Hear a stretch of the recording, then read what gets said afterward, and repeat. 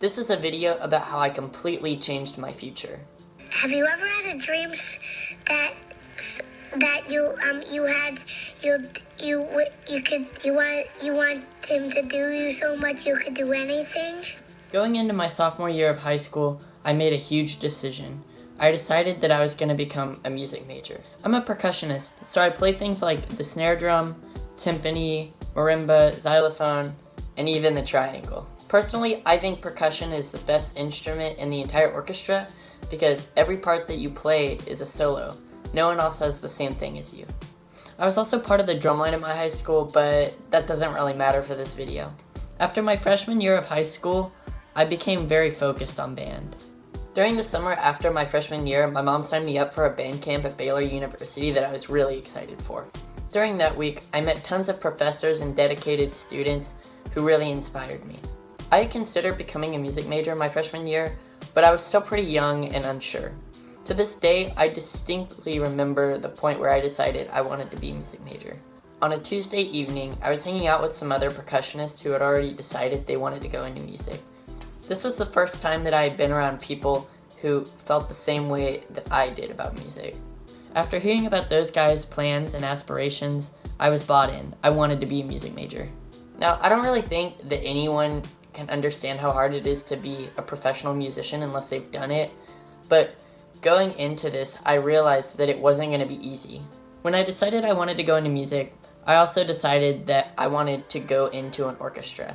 This also just happens to be the hardest job to get for any percussionist. There's less than 50 really good orchestras, and each of those orchestras only has about 4 or 5 percussionists. This means that in the world, there's probably less than 200 people who have the job that I wanted to get. On top of being super hard to get into, these orchestras aren't able to pay that much for their performers. There's only about 10 in the world that can afford to give their performers 6-figure salaries. This means that only about 40 or 50 percussionists in the world have a 6-figure salary playing with an orchestra. You might be thinking to yourself, well, there's about 200 spots in orchestras. It might be hard, but it's not impossible. But there's one thing we're forgetting. Everyone in these orchestras have tenure. This means that they don't have to worry about losing their job. Usually a job only opens up if someone decides to retire or if they die. Let's hypothetically say that about 4 or 5 jobs open up in a year. For each of these jobs, there's going to be about 100 people or more that want to get them. So in an audition, you have to stand out over 100 other professional percussionists. While the people who have made these orchestras are set up to do pretty well, the people who are still auditioning to get into an orchestra have to struggle a lot. Because of all of this, I knew that I'd have to work very hard if I wanted to be successful. There was one really big opportunity that I had in high school that I wanted to take advantage of. I wanted to become an all-state musician. To me, making all-state felt like proof that I would be able to do well in the professional world. To do this, you must play 4 etudes for a panel of judges that can't see you, and you basically have to be the best at it. All of the music for everyone is the same. It's all picked by the Texas Music Educators Association, so anyone who wants to compete has to learn these etudes. First, there's region, which consists of 2 phases. In phase 1, there's about 100 students who compete for the top 24 spots, which move them on to phase 2. From that point, the top 24 players compete for the top 6 spots in phase 2 of region. The 6 people who get those top spots move on to area. At area, the top 6 players from 4 different regions come together and compete for the top 3 spots, which get them into All-State. So to make All-State, you have to be in the top 3 out of 400 musicians. To be in this top 3, you have to be in the top 1% of all musicians in your area.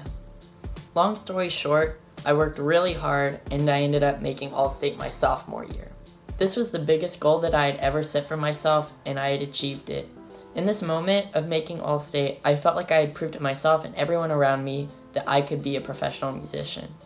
On top of this, I got 5th chair at All-State, which meant that I was in the top quartile of the top 1% of all musicians in Texas. This gave me lots of hope for the future. When the next year came around, I did not make All-State. I didn't even make area. When I found out I didn't make it, I was devastated. I felt like I had worked super hard but I just didn't have as good of an audition as I did my sophomore year. Self-doubt and a lack of confidence became a big issue for me after I didn't make All-State.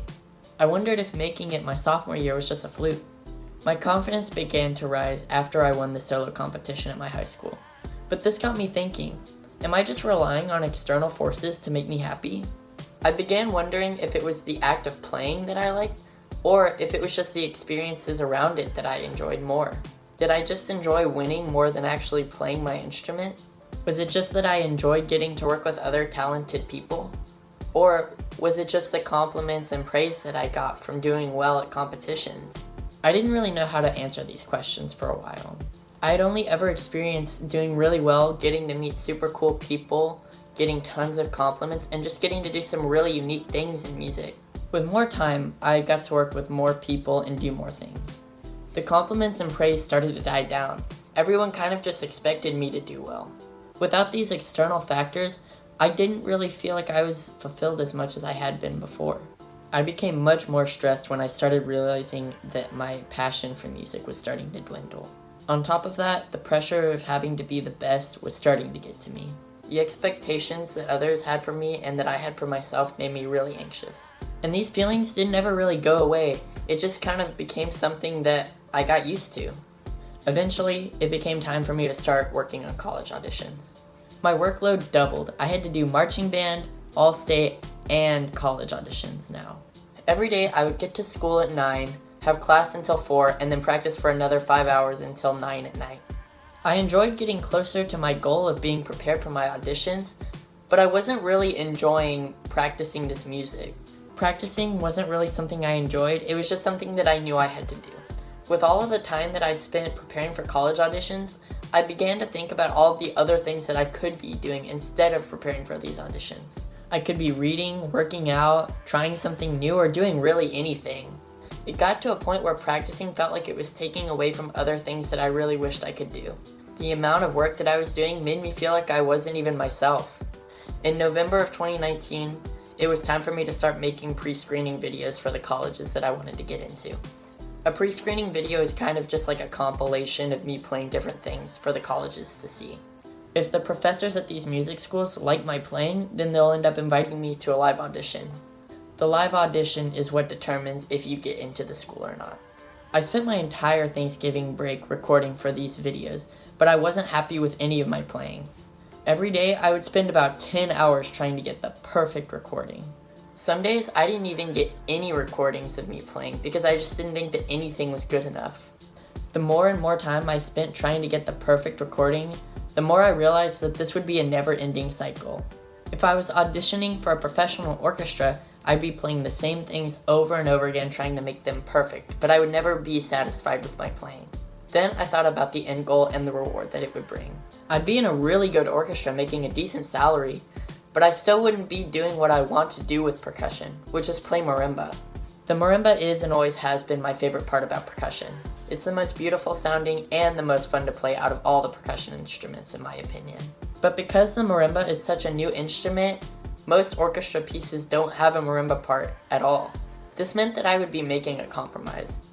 I'd be playing something like the snare drum, tambourine, bass drum, or timpani with the orchestra so that in my free time I could play marimba. I realized that I was working ridiculously hard for something that I didn't even really want.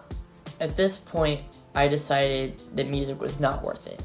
It made no sense to put in all this effort and time if, as an end result, I wasn't going to be doing exactly what I wanted anyway. After deciding that music wasn't the right thing for me, I had a dilemma. What now? First, I decided that I wasn't going to be a quitter. I still wanted to submit one pre-screen recording to a school, Eastman. Eastman has always been my top choice for music, mainly because of their percussion professor. He's been like a hero to me. I didn't want to make it seem like I had just failed by not being able to get good videos from my pre-screening. After putting in all this hard work, I wanted to prove that I could finish this. Unfortunately, I just didn't have the willpower to finish these videos. Nah, I'm just kidding. I finished the videos. I promised that I would.